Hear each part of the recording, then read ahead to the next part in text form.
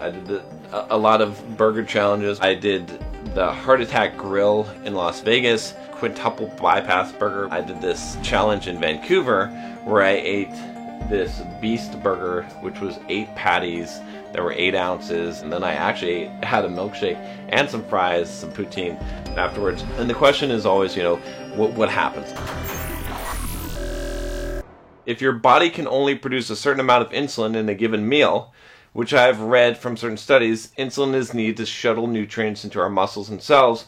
How much of those nutrients / calories is our body actually able to take in? Why OMAD works so well, as I've noticed, say I ate 6,000 plus calories in a single hour meal compared to spread out throughout the day. If you eat this big ass meal, then what will happen? You're not going to waste the calories. Your body is not going to really waste those calories. So if you eat 10,000 calories, let's say in one meal, what's going to happen is digestion is going to be slower because it's a lot of food moving through your system. Even though you can only release so much insulin, you're basically still going to gain the storage. Like, your body's not going to just waste those calories. Absorption's not going to be perfectly efficient. It's going to be depending on your biome, your gut biome as well, on how it breaks down certain things, especially in regards to fiber. There's definitely going to be some variability, but you should pretty much count that every calorie you're going to eat is going to be stored. Basically, if you eat a bunch of calories and you spike your insulin really high up very quickly, what's going to happen is that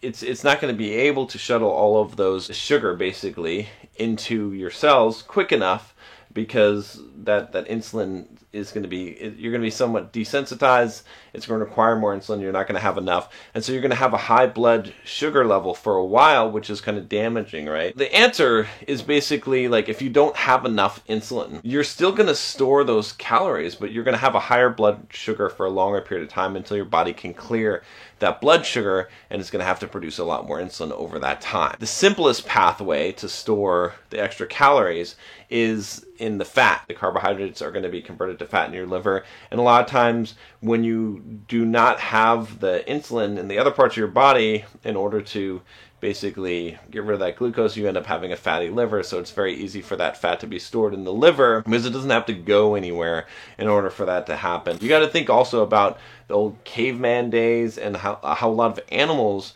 eat. Lions are pretty famous for this, where they'll eat once every like 2 or 3 days. Snakes do the same thing. Our biology is not exactly the same as a snake or a lion, but it's similar, and we came from, at least in this element, and we came from our ancestors really not having the refrigerator and all the food sources that were available to us. Now they would have a kill and they would eat a bunch of food and gorge themselves, and then they would survive for several days on that in many cases. I can tell you from doing OMAD for like 6 years, I get all of my protein within like an hour or 2 hour window, usually 200 to 300 grams a day. Look, I mean, you have to look at these studies and you have to take them with a grain of salt. And I use that to do experiments on myself. I don't look at the study and say, oh, this is the absolute truth and this is how it works. What I do is I look at studies to get ideas so I can test things, and then I can see how they actually work in the real world and how they work specifically on me. In general, most of the stuff, you know, is pretty universal, but you got to test it with some empirical evidence. So test it on yourself. I haven't noticed a huge difference in eating multiple meals of protein throughout the day versus eating OMAD and eating 200, 300 grams of protein all at once. It seems like the body can absorb it and that it does process and use that protein. By doing the prolonged fasting and having no calories, the HGH level is rising, which is preserving the muscle,